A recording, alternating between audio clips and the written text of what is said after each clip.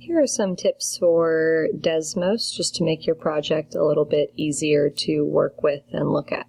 What we're looking at first is this center here. This is called the window that you're looking at. So we're going to have to make some adjustments to our window. If you have a touch screen, you're able to do this by hand like I am now, but we're all on the computer, so this might be a little bit harder to do. But I'll show you a quick way using this tool right here to help you adjust that. If you're doing the scatter plot project, you're going to have to start with a table.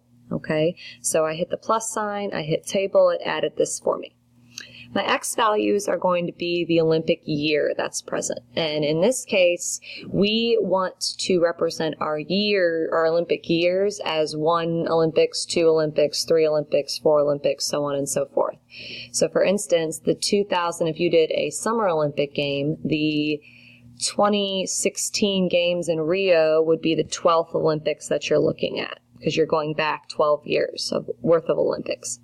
So the 12th year, let's say I'm thinking of like the 100-meter dash time. Let's say it was a 9.64, thinking about Usain Bolt.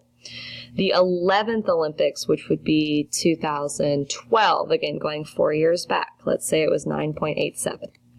Going another 4 years back, the 10th Olympics, 2008, let's say it was at 9.78.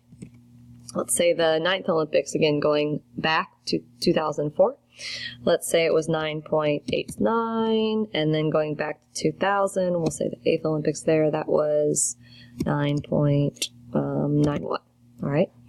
So I just added my table, and I noticed that none of my points showed up anywhere, so that's why I have to adjust the window, the picture of what I'm seeing. So click on the little tool wrench in the corner, and this is actually pretty cool. You can take away the whole grid if you want to. You can take away just minor axis lines. You can take away the numbers if you want. I don't want you to do that, but if you ever had a need to, there you go. X-axis. We know our X-axis is year. All right, notice that it popped up right here. Our Y-axis is time, so in my case, 50-meter dash, spell dash time. So let's adjust the X-axis now. Our X-axis goes from 8 to 12, so we know we're going to have more years than 8. For instance, you're going to have all the way down to 1 because that first Olympics will be 12 years back, whatever it is. So let's go from 0 to 14. We'll get a good picture there. And then my Y-axis is my time, and it looks like my times, in theory, could be 0, even though, you know, no one runs a 0-second 50-meter dash, but my highest one looks like it's at 10. And look, there are my points right there. Let's bring this down. Okay.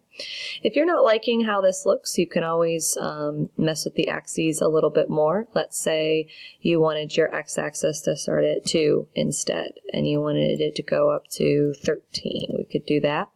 Let's say your Y-axis, you wanted it to start at 4 and go up to 10. You could do that as well. See, that picture doesn't look as good because everything's crammed up there. But again, just pull this down and you're able to see it. Cool.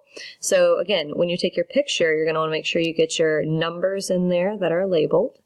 And then you're also going to want to make sure that you can see the points and your axes labels as well. All right. So this is skipping a step of 4. I knew I didn't like that for some reason. There, that looks better. Good. So now to do your regression line, just like we did with the quadratics, we're going to enter into this second box here. Going to hit Show Keypad. Y sub 1 tilde, and we want to make sure, see what I just did? The tilde was down below with the 1. We need to move that out. So click out. Y sub 1 is, since it's a linear line, mx sub 1 plus b. I just typed that in. Perfect. So notice it immediately does the line of best fit for you, which is super handy. The slope of the line of best fit is m. Those are the parameters. The y-intercept of the line of best fit is 10.387. That's perfect. And r, as we know, is the correlation coefficient. So if you look at the